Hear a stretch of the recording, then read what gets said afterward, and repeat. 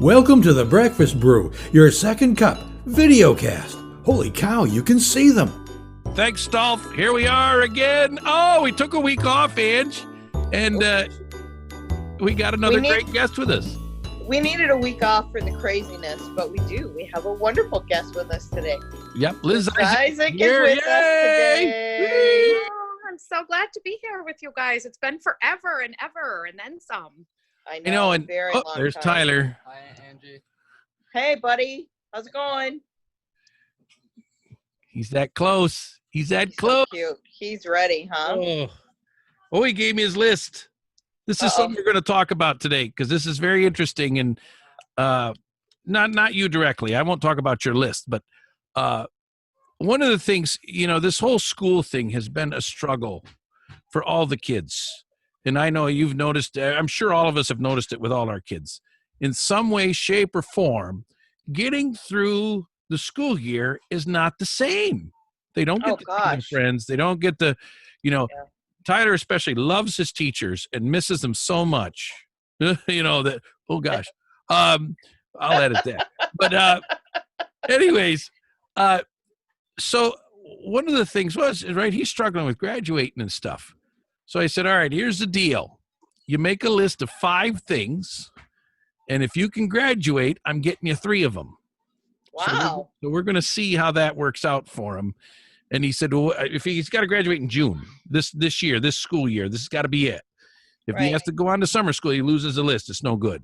And then we'll have to make a new deal. But I just thought somehow I've got to, I don't know. I mean, you're just trying your best to get them all through in one piece and happy and give them some goals. And, at this point when they can't, I mean, they're starting, dare I say it, they're starting to hang around with their friends a little bit and seeing people, but it's still not, as far as social distancing and stuff, this has been just a total shutdown. There's no sports to go hang out. There's no school.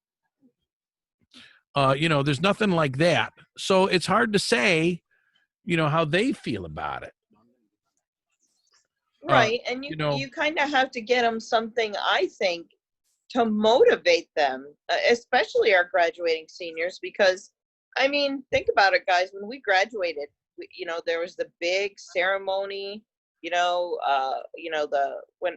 I graduated from Messina, we did it at the Messina Arena, always packed, the place was packed, and you had to get there, a couple hours beforehand just to get a seat and whatnot. And now these kids aren't getting anything. After our graduations, we had parties and went and hung with our friends, and you got lots of money from people that were giving you graduation gifts and whatnot. What are these guys getting? You didn't get any money. I'm sorry. I didn't get very much. I don't think I got any. No, I was one of 6. Yeah, but you were smarter than us. You had scholarships. Yeah, right. Yeah, I guess so. I guess so. It is true. It's so sad for the kiddos. I mean, definitely the seniors. I don't even know. It's the craziest thing. Who would have ever thought, but it seems like a lot of the schools are kind of coming together and thinking of new ways to, celebrate them and their accomplishments. And I feel like people are so proud of the kiddos and everybody has great plans for the fall, but I don't even know, if kids are going or if they're going to be online classes, you know? Yeah. It's like a whole new world. I don't know. Yeah. I think everybody's adjusted remarkably well. And of course, we've said this before, kudos to the teachers and administrators. Look at what they've had to do with their kids and create something. And they're trying to create, whether it's drive-bys and different things. And I still think, and the more I look at this, the end of June, we should be at least here where we are in Northern New York, into phase 4 where they can do a little bit more stuff. So hopefully there's some type of ceremony of some sorts. Again, I don't know what. You do a big outdoor thing, if you put them on the football field, everybody can separate social distance wise and you can celebrate the kids. You just can't. But how do you control that? I don't know. I just hope they can do something. I know. And you can see online too, friends of mine in other states who their children are getting ready to graduate high school or already have, like in the southern states, they've already had their graduation and they're in their cap and gown and They do some type of an outdoor graduation, but I don't know, I hope that they can up here for the kids. It's a fine line, and the whole COVID thing is really a fine line. I mean, I've worked all the way through, and I'm in a public, I'm out in a car dealership every day fixing people's cars, and I mean, these are the worst places to be as far as catching this stuff, right? This stuff sticks to the plastic, and it all, and in your cars you're spitting all over everything. Like who doesn't, right. You sneeze when you're riding in your car, who covers their mouth, right? Achoo, Right. Whatever, Yeah. it's my car. So. So, Ray, we've dealt with a lot of this stuff, and so far so good, no complaints. But how far can we go? How far can't we go? Where's the line? Are people going to get sick now because of all the protests and everybody gathered up in groups? I mean, there's so many questions yet from this whole thing, but we got to do something for our kids. Definitely. They've all worked so hard, and they all have a great future ahead of them too, because this is not going to be forever. There's been times in history where there's been horrible pandemics and, outbreaks of things. And, you are right though, Matt. I mean, people have risen to the occasion, and I'm so proud of everybody, in the school district, even the supermarkets and stuff. I mean, people have just stepped up, and it's amazing. It's amazing to see, people can come together, and even when you can't be physically together, I think it's an evolution of business. I think there's a lot of businesses that are going to evolve differently. As many that are going to close, hopefully it creates new ones, because we know that some people just have struggled, and no matter how much help they're getting or not, there's not help for everybody for everything. So we've got businesses that some are just closed and they're not going to reopen, but even those people need something to do. New ways of doing things. I feel like people are starting to think like, wow, we should be doing, we should have been doing this all along, or, different ways of, getting the same job done, but we can do more things like online. And another thing is seeing like all these families together, Zooming and having these meetings, and, who would probably wouldn't have done that. I think there have been some blessings, I think. People have started to think about things that are really important to them. When you can't leave your house in forever, it's like, you start to really miss those people that you would have gone to their birthday or gotten to see. So I think, for a lot of people have been able to think things through differently, try things different way, learn different technologies and ways of communicating with people that we love. Especially like us up here, we're up here, a lot of us have family and friends that are far away, and miles away. Miles and miles. And, my family's down by Syracuse, and I can't tell you how many times. I mean, I think pretty much every night we do like an online thing now, which is so cool. Yeah. And you think about the next time you get to go see him. I talk to my brother every weekend now. It's kind of like our Sunday chat to check on things. And it's like, I just want to, and he lives down Hudson Falls, and it's just, I want to go see you. I want to be able to go on our little trip and see you and go to Lake George for the weekend or something. And you just can't yet. You just can't. And so we look forward to those times, but I think definitely we talk more on the phone, we do more Zooming, and how about the people at home? How about you, Ange? Do you think you and Laura are closer now? I don't know about closer. I think getting on each other's nerves a lot more is more the way of it. I think I don't know. It's an interesting dynamic to be the one who leaves the house every day while everybody else is home.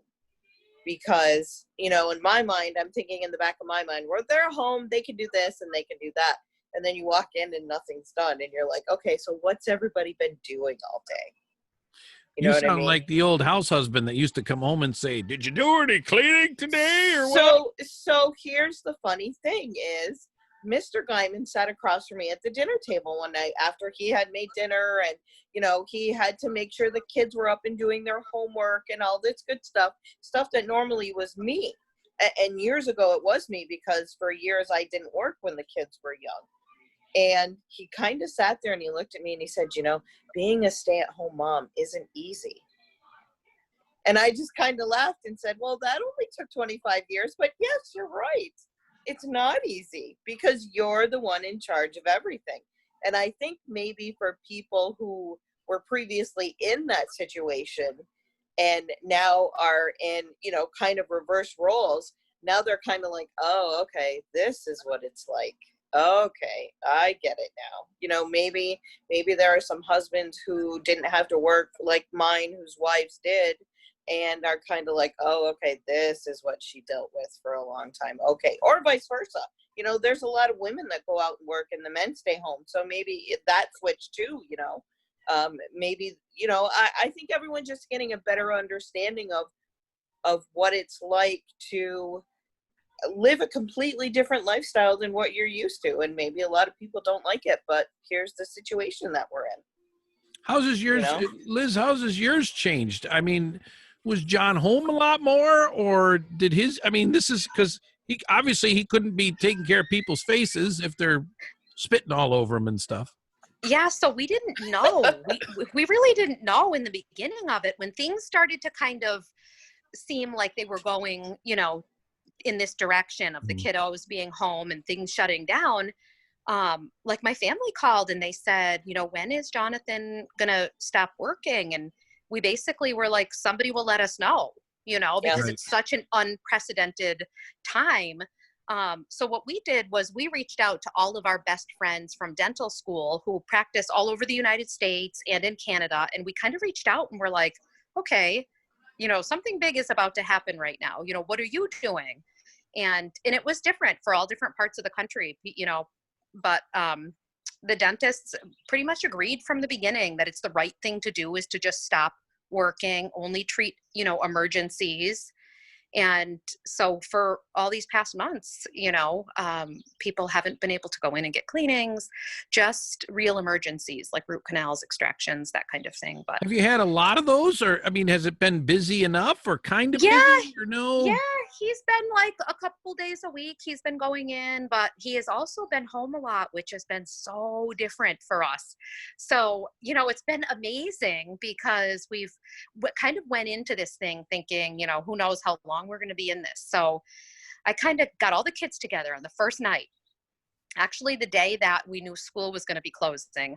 I said, schools are going to be closing. All of our friends in other states were saying, it looks like school's going to close. So I told the kids that morning on Friday, I think this is your last day of school for a while.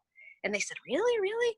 Jameson came home that night and he said, Mom, I think you're right. They had us sanitizing the Chromebooks at school today, hundreds of Chromebooks for the students in our district. And so I said, okay. So then the next day, our superintendent announced, you know, that we were going to be closed. So, you know, our kids, we thought maybe a couple weeks, who knows, but when that started, that first night, I said to the kids, and they hated it. I said, we're doing a family meeting every night. Can you imagine? Oh. I know. My kids were like, what? This is terrible. We're not doing this. But it was, and we still do it. And you know what? After everything is said and done with, when the world goes back to the new normal or whatever it is, I'm still going to hold a meeting every single night because my older kiddos are so good at, you know, taking care of themselves with school. They don't really need a heck of a lot of help from me and Jonathan, which is great because we've got two younger ones that do need more help. So, you know, they're able to kind of stick with their own schoolwork. So every night during the meeting, I say, Annika, tell us what you're learning in school today. And she will, and Jameson will. And then the younger two kids, that, you know, they tell what they learned with mom or with mom and dad that day. So that's good. And then going into it, people are probably going to cringe, but what we did was I said, you know, this is horrible. This is so horrible. This is such a sad time, you know, when so many people are sick and nobody knows. It was such an uncertain time when this started. So the first book we read during our meetings, and the kids, I got so many eye rolls. The first book we read was a story called What Was the Underground Railroad? So each night we did a chapter, and like the first night the kids were eye rolling me, but then I tell you, after a couple nights the kids were like, can we do one more chapter? Right. So They it find was interesting. wonderful. Yeah. And the second book we read was The Diary of Anne Frank. And it's not because I'm doom and gloom and, you know, anything like that. It's because I wanted the kids to see that there have been times in history, you know, US history, world history, where, and there still are today, where so many people have such a horrible, horrible situation that they're dealing with. And, you know, so many awful things happen, and really to teach them a little bit about what other people have gone through. And, you know, in the beginning, I said to the kids, we can go outside and take a walk. You know, we can have meetings with our family online and stuff like that. I mean, a lot of people before us didn't have any of the blessings that we have. So we've kind of taken this pandemic to really gather a list of our biggest blessings. And I think that it's been an amazing journey. It really has. And there's really a lot of naysayers out there from all walks of life, all different situations. And I think that's the hard part is realizing, you know what, I know that we're not supposed to go some places and do certain things, but there's so many other things we do get to do. You know, they're not, you know, when they said stay home, they didn't say you can't go out in your yard. You know, they didn't say, when you look at Anne Frank, when you look at the Holocaust itself has particularly been intriguing to me in recent months. I've been looking at some documentaries and different things that was so oppressive to people that we really have no, you know, when you talk about Anne Frank, we have no clue with how those people lived, because it wasn't like we had to be in our houses and be quiet and not say anything. It's okay, stay home just to stay away from people so we don't get sick. That's it. That's all and it is. The people in hiding during the Holocaust, like this particular book that we did, they didn't know. I think when they first went into the secret annex, I think they maybe thought a couple weeks, a couple months, and it was actually like almost a year and a half that they were up there. And they could never get fresh air. They could never go for a walk. So, and, you know, the kids they didn't have the internet, you know, no, they couldn't be online. That's what a lot of kids don't understand. You know, there was no internet back then. There was no, you know, a lot of things back then. You can just pick up your phone and talk to somebody. There was nothing. But also the fear of, we have to be quiet because if people hear us, we'll be killed. Like they knew in the secret annex, they knew what was happening, you know, and that they were the lucky ones that hadn't been found yet. Can you even them? I mean, I know people actually went through this. I just can't fathom that. I've had dreams about it where it scares the hooey out of me, but I just can't fathom that. It's so just, wow. It blows even while we're talking about it, it just creates such a weird vibe for me to even think, you know, that you have to hide to save your life. And you're trying to hide your whole family. Her, you know, her father and mother trying to hold that whole family together and save them. And in the end, they couldn't. And that's what's so scary about it. In this situation, we're going to be okay. I really think we're going to be okay. And once the economy, you know, once we can open stuff up and everybody, we're not going to be the same we were before. We may be wearing masks to the grocery store for a long time, but at least they're going to be open. And at least you can go there, and at least you can go get on your boat and get in the water or go somewhere. So, you know, this is what I think our kids are learning. I really think there was a time when kids had a huge amount of freedom that we didn't even pay attention to. And now all of a sudden it's all, and they're adapting and we're doing okay. But the family time is so much. I got my whole family in the house right now, just about. One person's gone, and that's it. So there's 8 or 9 of us here.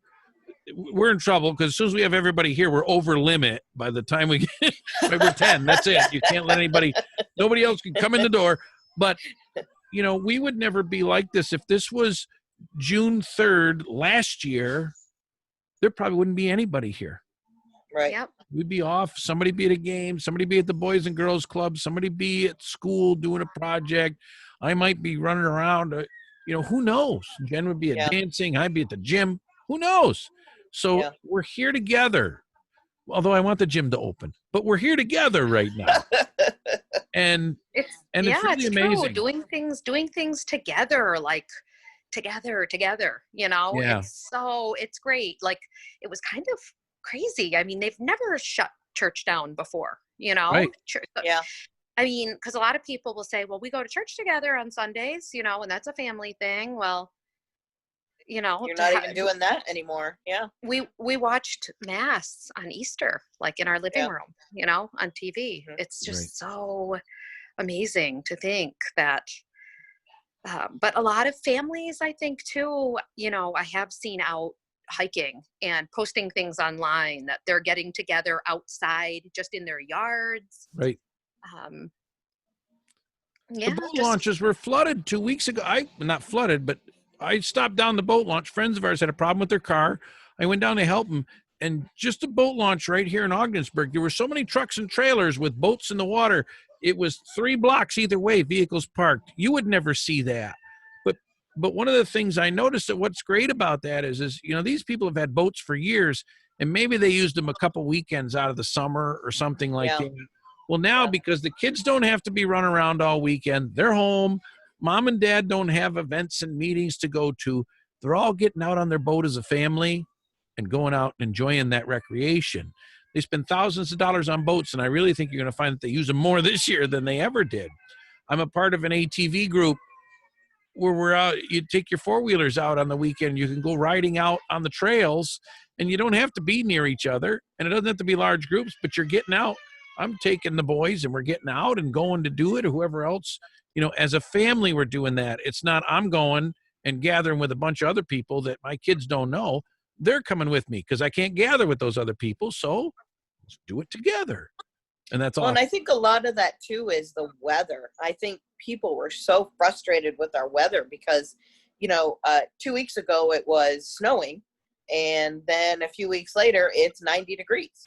And so, we're having such a weird kind of run of weather that as soon as it gets warm, people are dying to get outside. And if you have a nice day and you're on the St. Lawrence River and you have a boat and, you're right, everybody's home and everybody can go, why not? Get everybody out on the river, get everybody out walking, everybody out on the ATVs, because you're so sick of being cooped up. Because it happened, during the cold. All this started during the cold, and we're just waiting for the warm weather, and it finally hit, and everybody scattered in their own way, just to say that they got out, they got some fresh air. We put a nice table outside the back door here, and we sit out on Sundays anyway. And when I'm home, we sit out here outside our back door around the nice glass table with the umbrella up. We don't sit inside; we sit outside. Right. It's wonderful, but we're all together. Absolutely. So it's nice. Yeah, because it's the nice weather. It's what otherwise it wouldn't need to be for. there. We wouldn't be home. We just wouldn't be home. Right. I've been putting my kids to work. I got to tell you. Nice. Good. Wow, I need your trick. I'm telling you, Jen needs the help around here. You know what? I kind of got to this place where I was like, you know what? The kids are old enough. They can help a little bit more than, we're like breaking our backs out there, mulching. And so I'm saying to my older kids, come on. And we've gotten so much done. Yesterday at Home Depot, I said to one of the guys that works there, I said, you guys have been so busy every time I've driven by or come in for paint or whatever. And we kind of agreed. They said it's been record breaking. Like the last couple months has been record breaking. Sure. I said, I've really gotten a lot of work out of my husband and kids. Well, people are home, right? When you're out running around doing all that stuff every day, you never, I got to get that done. Oh, I could paint that. I could fix that.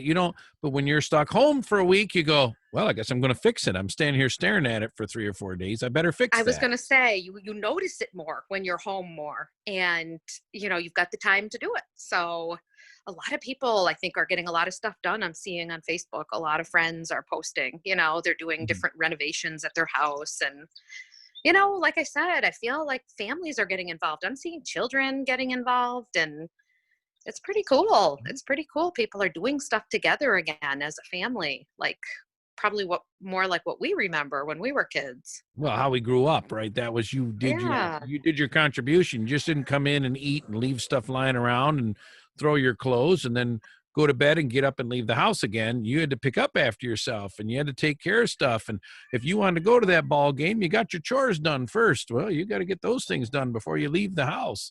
And you better be home at a certain time. And that kind of stuff went away, I think, with the generation in some way. So I'm glad that maybe this has helped us get back to that to some extent. Yeah, absolutely. Absolutely. It's nice to see families together. It's still uncharted territory. We don't know, like a year from now, maybe there'll be a vaccine or, who knows what the future. I mean, we kind of know a little bit more than we did like 3 months ago.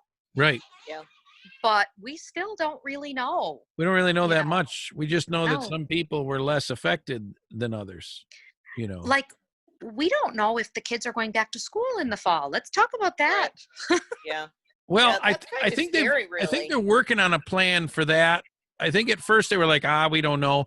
But I think they are working on a plan to get the kids back into school. It's just you're not going to have all those extracurriculars. You're going to say hi? Hi. Carly's here to say hi. Hi, Hello. honey. My angel. All right. You go ahead. So, yeah. So I think that at first, even the governor of New York State at one point was talking, well, this homeschool thing is working. But even he changed his tack within a couple of days.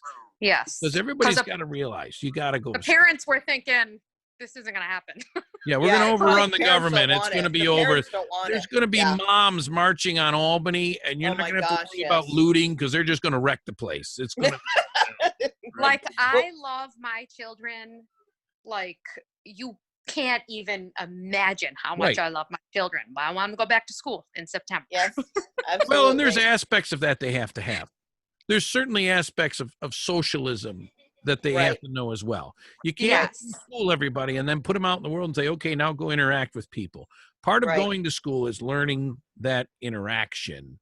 Right. And being with other people and adapting to matter who the teacher is or whoever, because you don't like all your teachers, you can't, but you got to learn from them. Just like you don't always like all your bosses, but you got to work for them, or coworkers or whatever. You have to learn that part of adaptability too. So it's amazing what we do. Well, and for as much as, parents want to get the kids out of the house and back to school, the kids kind of want to go back to school too, because they don't like being stuck home with their parents. Problem is they don't want to go parents, until 9 o'clock in the morning. Well, that's 9? true, but that's beside the point. 9. My kids are like getting up at 11. Oh, Yeah, really? Oh, yeah. See, Oh, that's yeah, gonna- these kids are sleeping. These kids are sleeping. Oh, you know, they are and sleeping. I can't say 9, Zoe Matt. blame Wow. them. I can't say Zoe blame them because it's like, I don't know about your kids, but my kids get up, and when they start their schoolwork, it doesn't really take them all day long. No. A normal school day is 8 hours. Right. These kids Right. are done in an hour. Well, because hour there's and so a half, much more involved with that whole going to school thing. you know? Yeah. But they step later at night and they, so they're up earlier in the morning and then Right. here comes Melody and Ava. My girls. So Walking around. so Nice. there's definitely sleep patterns of, like, Joey has been getting up in the morning with me now. Well, not with me. I mean, I get up at 4:30, 5 o'clock, but usually by 6 or 6:30, Joey's downstairs now and Yeah. up for the day. When we go to bed at night, Jen and I are not late bloomers. So, they might sit down here till like 11 or so, and then they go to bed. They're not sitting up till all hours. They went through a phase of that, but they've kind of gotten away from it, and they're starting to go to bed at night anyways. So that's a good thing. I don't have a problem with that. Just don't stay up all night. Good Lord, I can't imagine. Let's just go to bed right now. I'm down for that. Well, I haven't had my dinner yet. You can't do that. me neither. I'm willing to go to bed without it. I'm No, tired. I'm not. No, not today. The sun is still out. This is actually a nice No, I evening know. tonight. It is. You've It been is. very It's a lucky. really nice evening tonight. Yes. Yep. So, all right. So here's the thing. We'll take a break. Okay. Okay. and then we'll come back. And I got in relation to this, and I'll be honest, this has been, we've talked more about COVID on this show in particular than most, and how it's affected us. We always kind of mention it, but this has been a very poignant kind of touch on it. But I've got one more twist on this that we're going to talk about. And Liz, it has to do with something you talked about in our Facebook messaging and travels and stuff. So, and I think we've all done something like this. We'll see. You've made a decision, but I think we'll find that all of us have made a decision to do something different with our lives. So we're gonna take a break, and then we'll come back and we'll talk about that in just a few minutes. Not even a few minutes, maybe 30 seconds or so. We'll take a short break. Deal. Okay. All right. It's the Breakfast Brew, your second cup with Matt and Ange. Now with Okay, video. we're back again. And is everything okay? You were looking around quick. Is somebody in the background, Liz? No, I got a quiet house. Oh, you're lucky. Are they I'm all so- outside or what? They are all over at my in-laws right now for a Oh. little bit of a break from being home all day. So that's nice for them. Wonderful. That's great. So, all right. So, Liz, you mentioned in our chats and things that you've decided to do something different with your life and do some more stuff, go back to school or whatever it is. And I think this COVID thing kind of put it in perspective for a lot of us. You know, what are we going to do different? So go ahead and talk about what you've talked about. It's kind of exciting, I think. Yeah, I mean, I guess I'm in a place where I'm trying to kind of decide what I want to do when I grow up, because my kiddos are getting a little bit older. I am still home with them right now, but we have so many opportunities up here, so many great colleges. And, I feel like everything being shut down all this time, I'm seeing a lot of people saying, I might want to do something a little bit different with myself. And I'm not really sure exactly. I've talked about doing a couple different things that are all totally, not exactly related, but thinking about going back to school, or I guess it's that time. Yeah. I like that you said you want to figure out what you're going to be when you grow up, because I think we're all kind of still figuring that out. And it's a funny thing to say, because we are grown up, we're adults, we're married, we have children, we're running households and we're leading lives, but are we really doing what we want to do, forever? And I think that's a really interesting thing. And I think it kind of changes as your life goes on. I think it's kind of, I understand kids going to college and getting a degree and to get a good job and whatnot. But I think at 18, 19 years old, to expect that person to do the same job for their entire life is kind of crazy. Because the person you are at 18 is not the person you are at, 47. A totally different person. It is. So and I think it's interesting. I remember being in college. I went to school for TV news reporting, and I remember being in college. Most of the students in my particular field were, of my age, had just finished high school, but there were some adult students coming back to, get a master's degree, that kind of thing. And even when my husband was in dental school, there was several students that were the non-traditional, hadn't just finished undergrad going into dental school. They were, in their 40s or 50s and decided they wanted to be a dentist. So sure. I feel like at any time, if you feel something inside of you, like for me during this, I've been thinking like, I don't know, I just want to do something to help people, Yeah.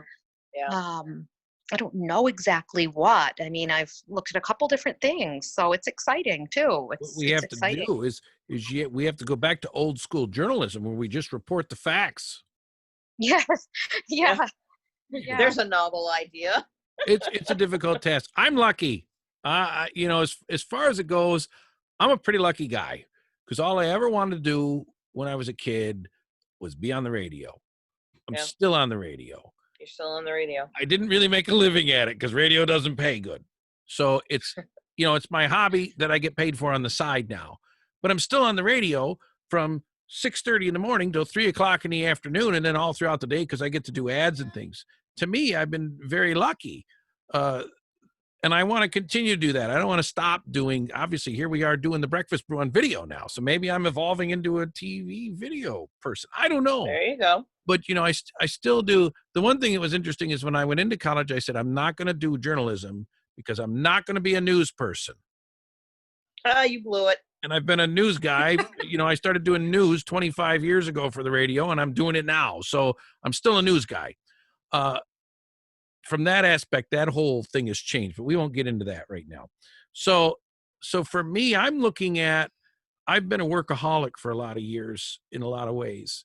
And what this COVID thing is gotten me to do is think about what kind of things do I want to do with my family. And that's why we have four-wheelers now. And I want to do these things. I'm actually forcing myself to get everything in order so that we can go and just go up to St. Regis Falls River and get on the trails and ride together. Because I always loved it. I just could never get myself to do it. There was always something else more important to do. And it's not more important. So I think for me, there's more of a recreational side of things that I want to evolve to, because I thought I had to work. Well, I need to be working. If I'm not working, I'm losing money and I'm losing time and I'm losing integrity. And I get it right now. I get it. I don't want to work forever. And I certainly don't want to work on my free time.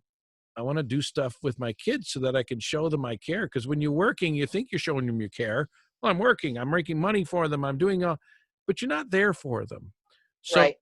I think for me, it's about learning to enjoy those moments with family more and do more family stuff that I know I love doing. It's fun to do. And I just haven't done it. I have the stuff. I've had a four-wheeler sitting in my yard. Well, now it's in my nice shed, but I've had a four-wheeler for 2 years. I've never taken it on a trail. Never took the time to go do it. And now that we're doing it. I mean, I've just got to get, thank God the DMV's open. I can get them registered and everything.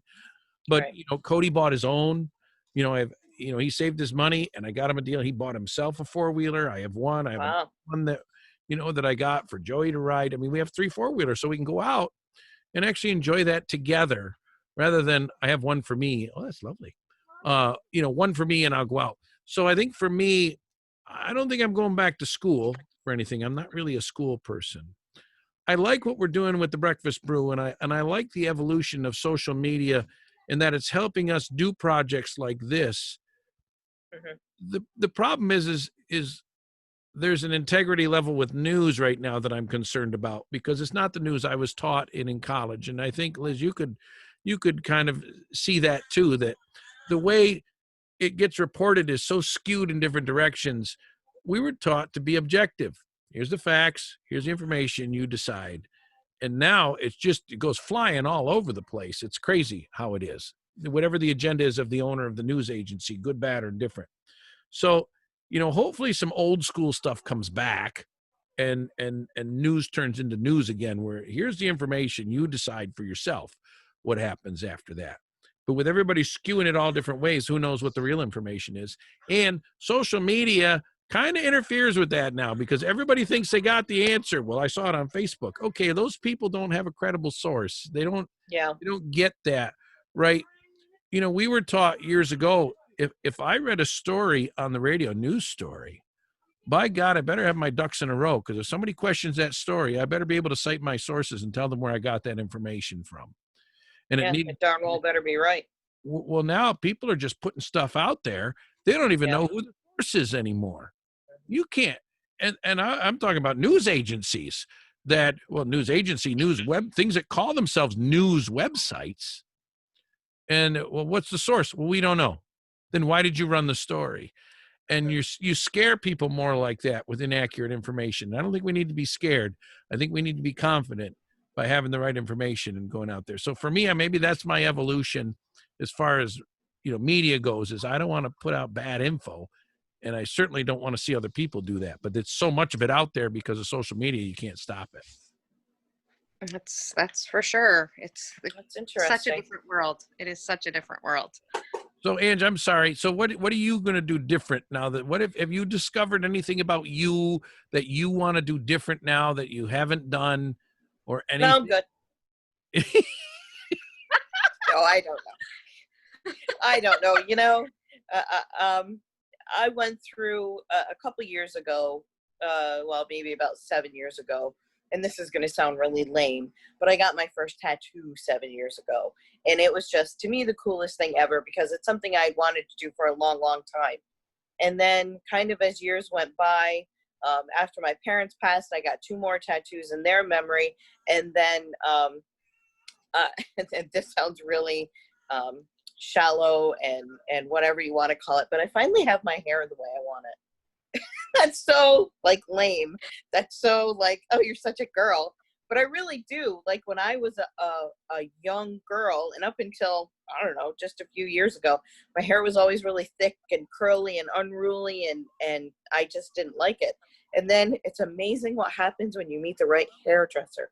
And she got me, and she taught me how to do what I want with my hair, and I changed the color, obviously, and I'm really just happy with, I feel like I'm not really becoming a different person, but I'm becoming the person that I'd wanted to be for quite some time. And that's kind of this evolution that started, like I said, about 7 years ago, and I'm kind of slowly working my way through, with the tattoos and the hair, and I started losing weight recently, so I'm kind of thinking, boy, just about the time I kick the bucket, I should be pretty good to go. Do you have any tattoos, Liz? I don't I don't either. yet. I'm Yeah. afraid this was my other thought and changes. I was going to get a full body tattoo and be a thong wearing barista, but Please don't. I just please don't. it's like, I wasn't sure what I'd get on the full body tattoo, so I didn't want to do it and get the wrong thing because I'd be stuck with it. So You know what? Man. You're good. You're good. Just leave everything the way it is. Thanks. So you think I should just wear a thong and be a barista without tattoo? I just think you should always have clothes on Oh, you don't like the idea that? All right, well, at all maybe it's wrong. times. Every moment of every day, you should have clothes. Even in the shower, I think you should have clothes on. Listen, I figured it was the ultimate way to embarrass my kids. Right? Listen, it doesn't take much to embarrass our kids. Literally, all we have to do is show up, and we embarrass Yeah. them. Oh, isn't it awful? Isn't know. it the way when they get to a certain age? It's like, I didn't even say anything. Yeah. Yeah. You just Well, show you up don't and say, have to. you just show up and you go near them and they go, stop.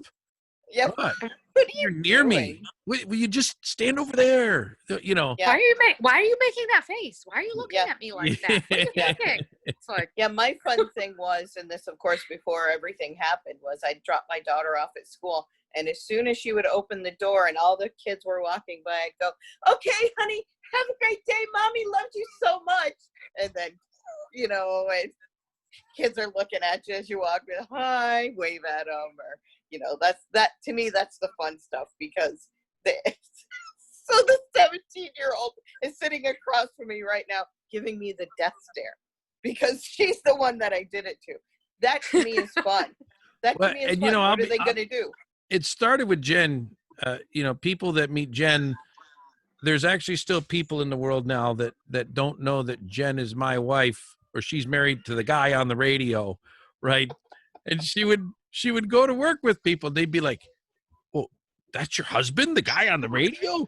And Right? you say yes, and they go, "Oh my God, that must be so much fun being married to him." And then, of course, well, you can take it from there. Yeah, great, and Oh, and that's of course great. now it happens to my kids, and of course they're just like, "Oh my God, your dad is Matt George," and like, yeah, yeah, Yeah, it's great. they don't seem Yeah. as thrilled as I would be. I'm thrilled that I'm me, and they know who I am. I'm like, that's so great. You must have really great friends. Like, no, I don't talk to them anymore. They Yeah, right. think you're cool, Dad, on the radio. I don't talk to them. So As soon do you? as they found out that you were my dad, they were done with me. That's right. That's right. So I don't know. I mean, I suppose, Liz, I don't know if you get that being married to a dentist. Oh, everybody's teeth must be so great at home, and Yeah. Right? yeah, it's true. It's true. It's crazy because I don't even know. It's like the shoemaker's kids, they don't have Yeah. any shoes, yeah, that kind Yeah. of thing. I don't Yeah. know. I'm sure I'm way overdue for a cleaning. or I the think probably everybody is. the contractors, their houses are the last ones to be done. Yeah. Yes. So I do feel a little embarrassed when I get the text from our own office saying the kids are due for cleanings. Yeah. Oh dear, Schedule your Yeah. appointment. we gotta go.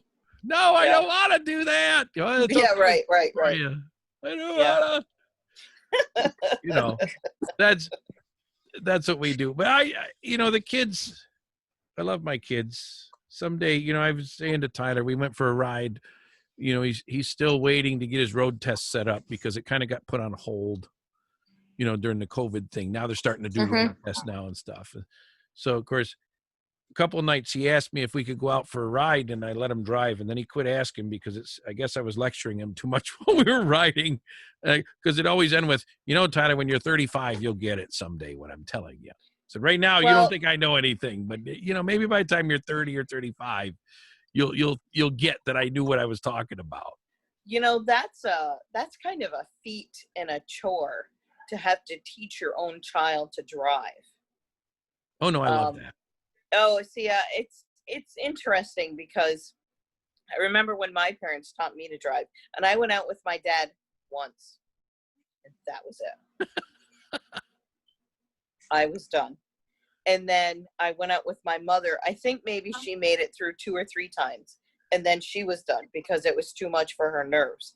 So honestly, I didn't get much from them, but the driver's ed teacher, that poor man, he'll never be the same again after me in driver's ed class. So I really went into it.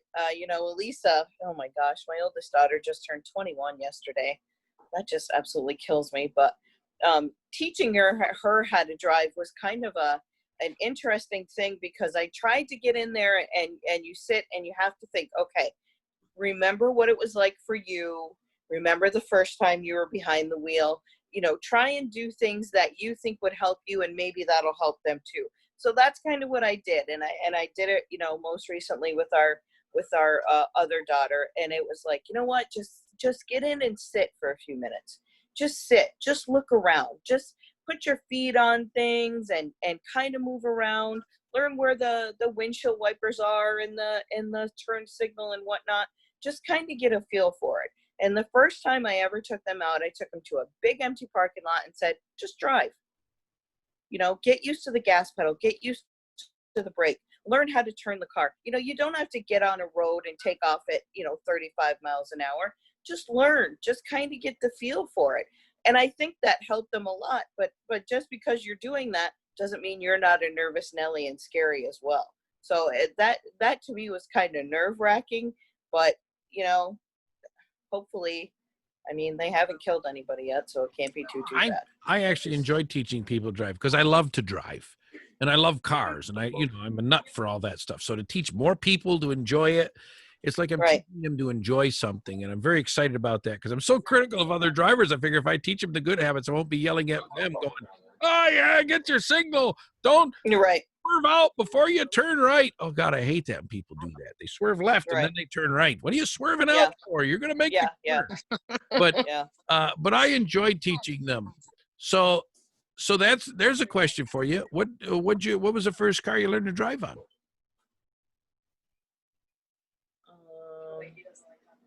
It had to have been.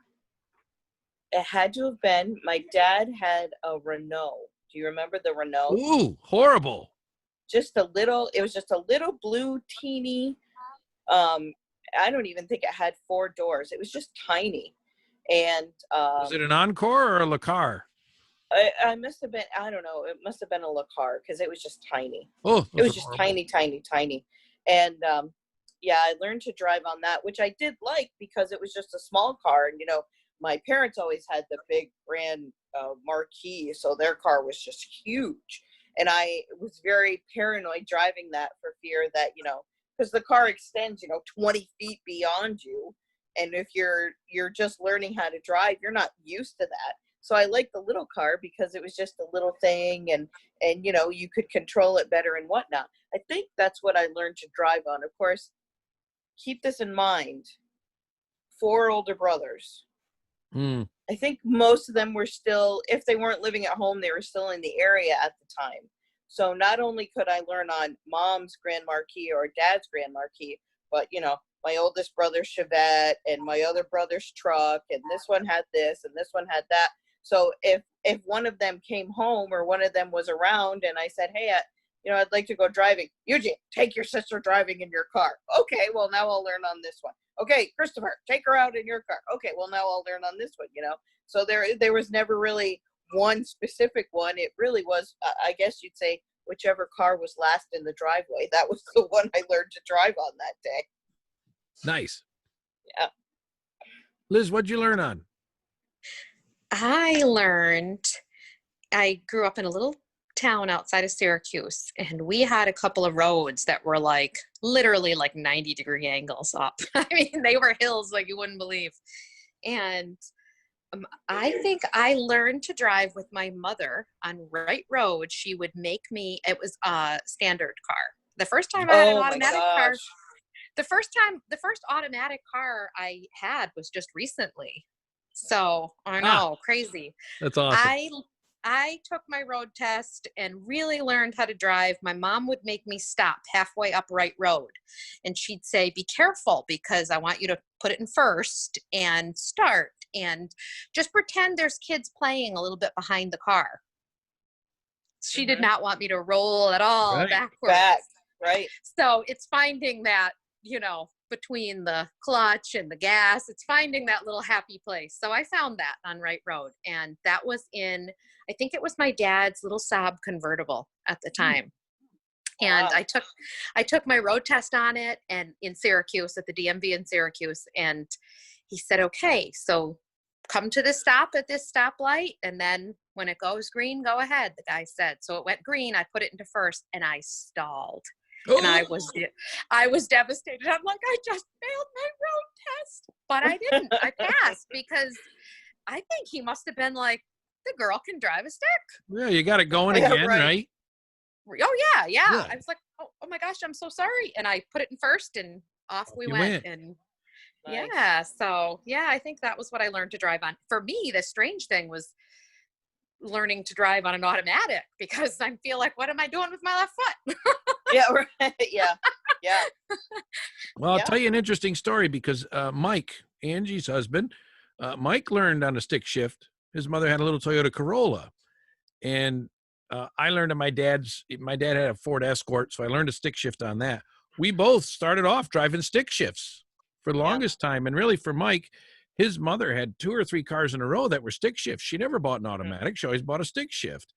And I remember one time, Mike and I would go out test driving cars at the car dealers, because we like to see what the different cars were like. And of course, I'm the car nut, and Mike would just go along because he didn't mind driving stuff, And the first time he had to drive something with an automatic, he was trying to work the brake and the gas pedal like the clutch and the brake. And I'm like, no, you just pick your foot up and drive it. Yeah. You don't have to work them back and forth. And he kept stalling the car because he was holding the brake too long, and then it wouldn't go, Just stop doing that. You just got to take your foot off the brake and then hit the gas. You'll be okay. So yeah, I learned on a stick shift too. Well, see, now that's funny, because I believe it was Laura. When I first started teaching her, she wanted to use 2 feet. And I said, no, you don't need that other foot. Just tuck it up underneath you. She's trying to talk back. Just tuck it up underneath you, put it off to the side. You don't need it. You're not going to use it. You just use the one foot. Hey! It wasn't me. It wasn't you. else. No. She's yelled. Well, there's only one other, so I had to be Elisa. I apologize. Wow. Yes, but I love What you, happens when goddaughter. I love you. Yes, Uncle Matt loves you, goddaughter, he says. I've got my headphones in. She's just laughing. So yes, excuse me. So now Elisa will call me and say, it wasn't me, it was Laura. Yeah, because at least listens. So She does listen. God love her. yeah, but so, and car driving is one of those, right? It's like some of my kids haven't learned. Cody's 20. He's just not, he'll ride his 4-wheeler. It's not for everybody. But It's he's not for not- everybody. He rides with his friends. He walks around town. It's not a big thing for him.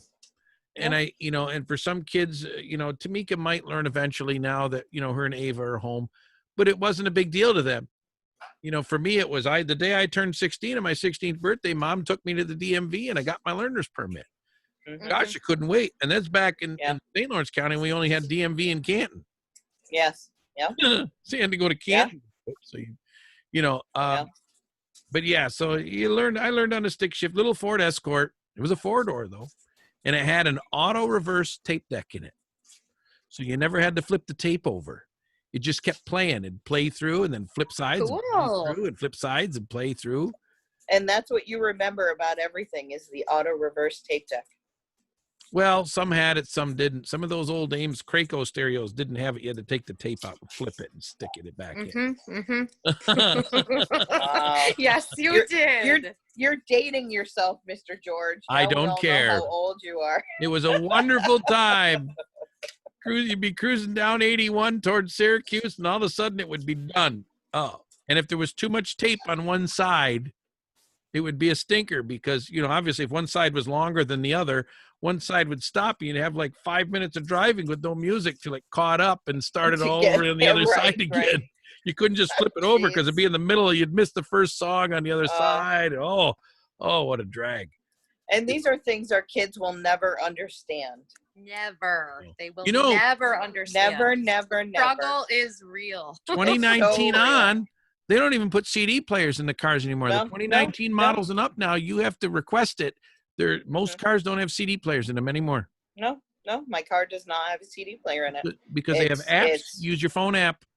Yes, They- yeah. you- It's Sirius XM, or it's you're playing iTunes off your iPhone in your Right. car, or your Pandora, the whatever other- it is. yep, Pandora. The other day I downloaded Spotify. Oh, for the first time? I'm very late to the Spotify game because I found a podcast on Spotify. So I downloaded it and I got in my car and I plugged in my phone and there was Spotify. I'm like, okay, this is cool. Yeah. I did download it, but I don't really know what it is. So I use Pandora more than Spotify. I use Pandora all the time, but for Spotify, I'm thinking like, maybe let's just be friends. I don't know. I really like it. Not ready to I don't- commit to this yet. I'm really not. Like, it's not really a good match for me. The 'cause Breakfast I don't- Brew is not on Spotify, so No, it's not. So you don't need it anyways. you don't Well, need I found something interesting out. So I've been working for the past 6 years. I've been working in Canton, so I'm commuting back and forth every day, back and forth, and I'm realizing probably within the last 3 years, when I drive, I would much rather listen to a book, a show, something informative than I would listen to music. For some reason, it's better for me that way. So I downloaded Audible a long time ago, and I've listened to, oh my gosh, that huge book of Stephen King's 11/22/63. I listened to that whole thing. Never read a stitch of it. Listened to the whole thing. Amazing book. And it must have taken me, oh my gosh, 2 months to You listen get to. scared when it's because dark out and you're driving? no. Should I? Well, Stephen King. It's I scary. was going to say, is it anything Well, like Christine? No, it's nothing like that. It's fear. about it's no, it's not like that. It's a book about the assassination of Kennedy, actually. Oh, And it's about a man who learns that he can travel back in time and he tries to stop it. It's a very interesting book. But it just, with that and then other things, I realized I wanted to, I do better that way. Matt, I think of you, Martin Short. I downloaded one of his books. he's the best. That man he's hysterical. It's absolutely hysterical. He starts from when he was a kid and it takes it right up until present day. And he just, of course, he narrates it. And it's just the funniest thing I've ever heard. I must have listened to it 5 times already because it's so good. I'm going to have to listen for that. I love Martin Short. I think he's the I do love Martin Short, but it's kind of weird to me. I used to be a rock out to your 80s music, when you were driving around. And now as old age hits me, I guess, I just soon listen to something to keep me entertained and informed or whatnot and drive down the road that way. I don't know. I guess maybe I'm showing my age that way. Well, I have to admit that Jen used to, if we drive home through the mountains, one of the few radio stations you could get was like public radio, but they did Right. have a couple of interesting shows about people's lives and different things that used to be on when we were driving through the mountains. And of course, everybody else in the car would be sleeping. So I'd turn it on to listen to these stories about people Yeah. talking about when they lived through something, whether it was Vietnam or the Holocaust or whatever. And I always Yeah. thought those were interesting. And Jen would always wake up and go, "Oh God, here we go again. He's listening to Yeah, the right. people on the Yeah. radio." But Yeah. you know, we'll go back to sleep then. I'm going to listen to. Yeah, I'm listening to this. I'm perfectly content. Go back So there to is bed. some good. Oh, there goes Joe. There is some good talking going on there too, and hopefully, you know, some people. That's why I put this show, you know, I put it on YouTube now, and then put it on our Facebook page, because that way, if people want to listen to it while they're driving, like Elisa does, then Yeah. we can. You Yeah. know, which is Yeah, awesome. it's great. Yeah, it's really good. So a lot of different things. All right. We're It running is. out of time, folks. It's been a long show. Liz, obviously you got to come back and do more with us. And Oh, definitely. we I ask all our love guests to to do see you that. guys. This is so much fun. We should, you know what we should do, Ange, is we get to episode 25, we should have all our guests on at once. Oh, and have the screen of like 15 people all at once. I'm down with that. And nobody would hear anything because there'd be so many. We Everybody just be be sitting back talking over laughing each and let other. everybody Yeah, talk. yeah. But Yeah, Liz, it's so I'm great done to with that. see you. And you know, we still have stuff that we made that we never made anything out of. I think of all that video footage we shot that one year, and I know. we could I know. probably still do something with it, because We probably could. honestly, if you look back, it's so different than what's going to happen this year or next year now. Yeah, it is. But they're really looking forward to coming back and fishing the St. Lawrence. So it's something to kind of look forward to. I don't know what it's going to be like this year, but we know they're staying at our house. So there you go. Oh, You got that's your great. guests coming for the big fishing tournament, and I'm glad they're doing it. And I follow the guys all on Facebook and all their posts and everything. It's awesome. I love seeing it. 'Cause they're out catching fish, making top 10s, and that's very exciting. So it's so exciting. It is so exciting. It's such a fun thing to be able to see, and just it's right in our own backyard. It's the neatest thing. Okay, so does John know when he's just going to open for regular practice again?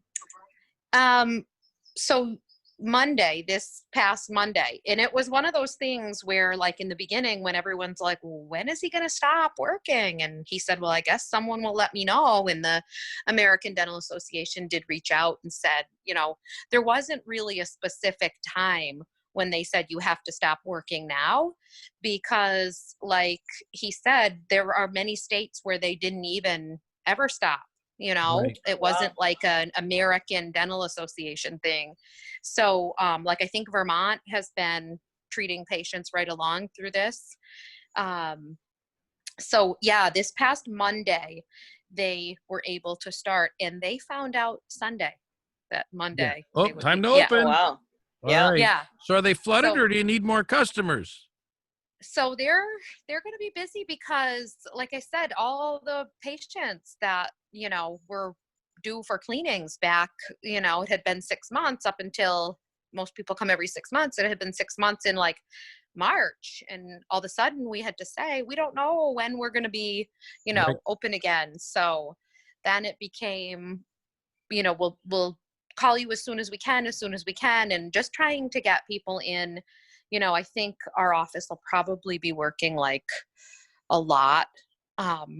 But yeah, this past Monday, so a couple of days ago, they started seeing patients again, and it's great. It is a little bit of a new normal, though. Like most medical, professional practices, they're asking that if you are not the patient that's being treated, that you wait in the car. Like if they don't, there's not going to be people in the waiting room hanging around right now.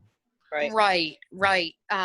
And I think there's, I belong to a moms group of 10,000 moms in the center of New York State. And a lot of moms are really upset because one of the new norms in dentistry is you're waiting outside and your son or daughter is coming back, on their own. And so, my husband's not a pediatric dentist, but we do, love our, child patients that we have, because we do treat a lot of, we don't have a pediatric dentist right up here. So, so there are some new normal things that are going to be a little bit different going forward, but that's okay. Everybody will be able to get treated, and he's so excited to be back to work. Yes. So. And help him. So shameless plug time. You got a Facebook page for the dentist office. We do. Jonathan R. Zysik, DDS. in So, Messina. So there you go. yeah, for sure. He's so glad to be back, and it's nice to see, to see people So again. go to the Facebook page, find the number, call, make your appointment, get your teeth cleaned. I know Megan's been waiting. She wants to make an appointment. So, and that's great. You want everybody to get back. Hopefully we can start doing these things and doing it carefully enough that we don't see a rise in COVID cases. Right. And we're getting things done that need to be done. It's important. Yeah. We need to get back to normal. Yeah. To whatever the new normal is, we need to get back to being able to be with each other. I think that's what a lot of people are missing, is just being able to be with each other. For sure. I mean, you just can't stay shut down forever. Ever. So many of us have talked about it, that we get it. We were all so, willing to stay home and do the homeschooling thing, from teacher instruction, and everybody, I think, that I know feels that, nursing homes, the elderly and the immune compromised in our community should be taken care of so well, limiting visits to nursing homes, all that stuff. I totally get that. But, the North Country, we had our economic problems, to begin with before this. So I know a lot of small business owners who are really looking forward to getting back. So watch online for the Zysik News Agency. We're going to create something. And there you go. With real news. Because I know, Liz, you want to do it. I know you want to be out there broadcasting something. I really do. I think you so. love broadcasting. The kiddos are getting a little bit older, so I think it's time. Yeah, I think it's time. There you go. And we're not going to do any of that news reporting gets us in trouble. We'll do good. It'll be fine.